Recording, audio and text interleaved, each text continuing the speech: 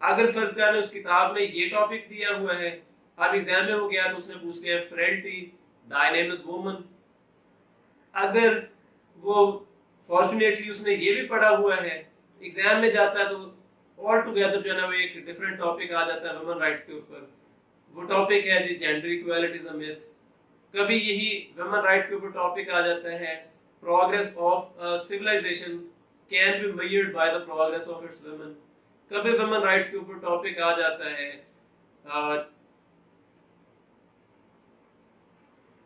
women in sports the real ambassadors of soft image of Pakistan. تو اب اتنے کبھی ویمن رائٹس ان اسلام آ جاتا ہے. تو اتنے جو ہے نا وہ ڈائیورس سبجیکٹس کو پوچھ لیتا ہے، یعنی یہ آرگومنٹس ڈیولپ کرنا ہوتے ہیں ویمن رائٹس کے حوالے سے. اس نے جو اسٹیریوٹیپیکل ٹاپک پڑھا ہوا ہے وہ جا کے جب اگل دے گا، کریمنگ جس کی ہوئی ہوگی، تو اس کے پاس ہونے کے چانسز پھر نہیں رہیں گے. تو اسٹوڈنٹ کو پھر کیا چاہیے ہے کہ اسے میٹیریل کو آرگومنٹیٹو اور انالیٹیکل وے میں اسے ڈیولپ کرنا آنا چاہیے، اسے اچھی آؤٹ لائن بنانی آنی چاہیے، اسے ان سارے میٹیریلز کو کلیکٹ کر کے اپنے انداز سے ڈیولپ کرنا آنا چاہیے، اسے سینٹینس اسٹرکچرنگ سیکھنی چاہیے. بیسک سینٹینس اسٹرکچر جو ہے نا وہ اسے اس وقت ہی آئے گا جب وہ جو بیسک ٹینسز ہیں وہ سیکھے گا، ایکٹیو وائس پیسو وائس، اسے نیریشن اچھی آئے گی، اسے کریکشن اچھی آئے گی، اسے پریسی رائٹنگ کی جو ہے نا وہ ٹیکنیک سمجھ آئے گی، تو وہ ایک اچھا رائٹر بن سکے گا. تو یہ چیز جاننا بہت ضروری ہے کہ اسٹوڈنٹس جو ہے نا وہ ایسے اور کمپوزیشن میں فیل جو ہو رہے ہیں ان کی وجوہات کیا ہیں. ان میں سے ایک وجہ تو میں نے یہ بتا دی کہ ان کے پاس جو میٹیریل اویلیبل ہے وہ بہت اچھا نہیں ہے، اور ان کے اندر یہ کیپیبلٹی بھی نہیں ہے کہ وہ اسے ٹرانسفر بھی کر سکیں. پھر دوسرے نمبر پہ اگر ہم دیکھ لیں تو لیک آف پریکٹس ہے، یعنی اسٹوڈنٹس جو ہے نا وہ باقی سبجیکٹس کے اوپر اس میں اگر ہم کمپلسری کی بات کرتے ہیں تو اسلامیات کو یا جنرل نالج کے 3 پیپرز پہ پیچھے بچتے ہیں، جس میں جنرل نالج 1 ہے، every day science general knowledge 2 ہے، کرنٹ افیئرس جنرل نالج 3 ہے، پاکستان افیئرس. اب مزے کی بات یہ ہے کہ وہ ان کے اوپر اتنی ساری محنت کر دے گا، اسلامیات کے اوپر محنت کر لے گا، جو آپشنلز ہیں ان کو بڑے اچھے طریقے سے تیار کر لے گا، لیکن ایسے کی آؤٹ لائن کی اور انٹروڈکشن کی پریکٹس نہیں کرے گا، اور نہ ہی وہ کبھی کمپلیٹ ایسے لکھ کے چیک کرے گا یا چیک کروائے گا.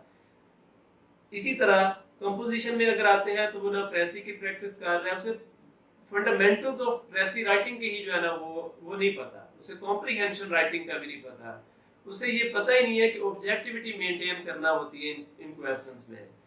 وہ زیادہ سے زیادہ وہ یہی کر لیتا ہے کہ کاپی پیسٹ کر دیتا ہے، کیونکہ اس نے یہ چیک ہی نہیں کروایا ہوا. اس کا انالیسس کروانا، اس کی ایویلویشن کروانا بہت زیادہ امپورٹنٹ ہوتی ہے.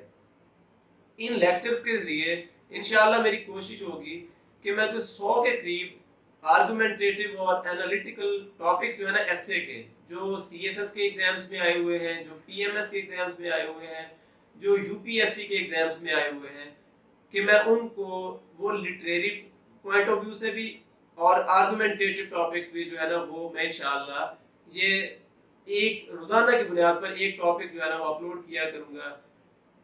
اس کا پرپس صرف اور صرف یہی ہے کہ جن اسٹوڈنٹس کو ٹیچرز اویلیبل نہیں ہیں وہ ان سے استفادہ کر سکیں. تو پریکٹس بہت زیادہ ضروری ہے. اس پریکٹس کے لیے را میٹیریل یہ جو ہے نا وہ ویڈیوز انہیں پرووائڈ کریں گی. میں کوئی بھی ٹاپک جو ہے نا اٹھایا کروں گا، اس ٹاپک کو ڈیٹیل میں ڈسکس کیا کروں گا، جتنی بھی 15-20 منٹ کا جتنا بھی وہ لیکچر ہوا کرے گا، وہ ٹاپک کی جو انڈرسٹینڈنگ ہے، اس میں جو آرگومنٹس جیسے ڈیولپ ہونے ہیں، اس کی جو انالیٹیکل جو اس کی کونوٹیشنز ہونی ہیں، یہ ساری کی ساری جو ہے نا چیزیں میں انشاءاللہ اس میں ڈسکرائب کروں گا.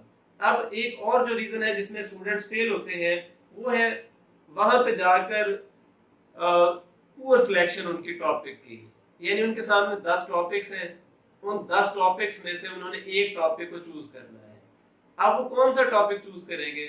وہ ڈیفینیٹلی وہی ٹاپک چوز کریں گے جو ان کے پاس کتاب میں موجود ہے، یا جو پروفیشنل ویو پوائنٹ سے جو اکیڈمیز اس ٹائم مارکیٹ میں ہے یا ٹیچرز جو اویلیبل ہیں وہ وہی 8 سے 10 ٹاپکس جو ہے نا پڑھاتے ہیں. انرجی کرائسس ہو گیا، کرپشن اینڈ اکاؤنٹیبلٹی ہو گیا، اس میں ساتھ میں جو ہے نا وہ ڈیموکریسی ہو گیا، اس طرح کے ٹاپکس جو ہے نا وہ پڑھاتے ہیں. اب اسٹوڈنٹس تو وہی جا کے ریفلیکٹ کرے گا تو یہ اس کی سلیکشن جو ہے نا پور ہو جائے گی.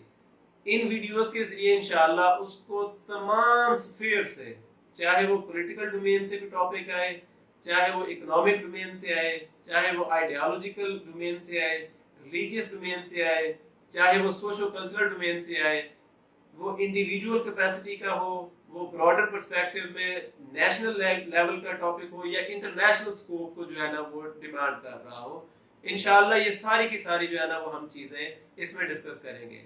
آپ لوگ اپنی اس میں ریکمنڈیشنز بھی مجھے دے سکتے ہیں. آپ یہ بتا سکتے ہیں کہ کس طریقے سے جو ہے نا میں ان ٹاپکس کو مولڈ کروں.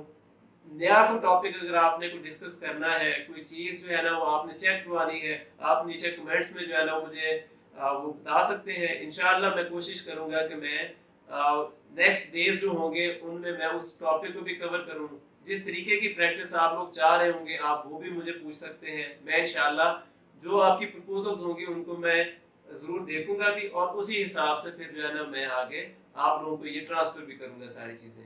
تو ٹاپک سلیکشن سے لے کر ٹاپک کی ڈیولپمنٹ تک، انٹروڈکشن کی جو ہے نا وہ ڈیولپمنٹ تک، پورے ایسے میں کس طرح کے لنکس کو کرنا ہے. یعنی اب ہوتا کیا ہے، اسٹوڈنٹ نے جب ایک ٹاپک کو تیار کیا ہے، اس نے فرض کر لیں گورننس کرائسس پڑھا ہے. اب ایگزام میں اس نے پوچھ لیا جی کرائسس آف گڈ گورننس ان پاکستان، یہ 2016 میں اس نے 2016 میں یا 2017 میں سی ایس ایس میں اس نے پوچھا ہے. اب crisis of good governance student نے جو کتاب سے پڑھا ہوا تھا اس کے اندر بہت ساری وجوہات آئیں. اس میں ایک پولیٹیکل انسٹیبلٹی تھا، ایک اس میں ملٹری کی انوالومنٹ تھا، ایک اس میں تھا کہ سول جو سروسز ہیں وہ انکمپیٹنٹ بہت سارے جو ہے نا وہ آ جاتے ہیں، جو اچھا سرو نہیں کرتے سول سروینٹس.